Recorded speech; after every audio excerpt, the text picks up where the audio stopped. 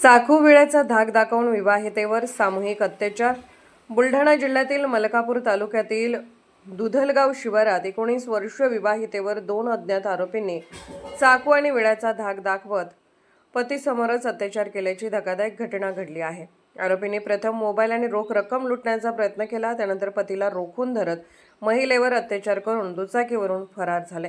पीडितेच्या तक्रारीवरून मलकापूर ग्रामीण पोलीस ठाण्यात गुन्हा दाखल करण्यात आला असून आरोपीच्या शोधासाठी 5 विशेष पथके, फॉरेन्सिक, श्वान पथक आणि सायबर सेलची मदत घेण्यात येत आहे. काय नाव आहे तुमचं? मी निवृत्ती सोपान बारंबे, राहणार दुधलगाव बुद्रुक. माझा शेत गट नंबर 366 हा इथं रोडच्या बाजूला आहे. आणि काल रात्री 11 वाजता माझ्या शेतामध्ये दोन नवरा बायको असे दोन मनुष्य काम करण्यासाठी आलेले होते. 2 महिन्यापासून आलेले होते.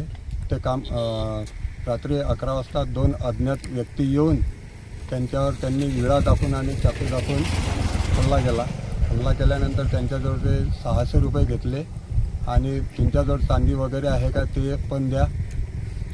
त्यांनी सांगितलं की आमच्याजवळ चांदी वगैरे काही नाही, हे कपडे आहे हे मालकाने आम्हाला दिलेले आहेत. आणि मग त्यांनी टिनाच्या घरामधून बाहेर ओढले, मोकळ्या शेतामध्ये ओढले आणि तिकडे बलात्कार केला.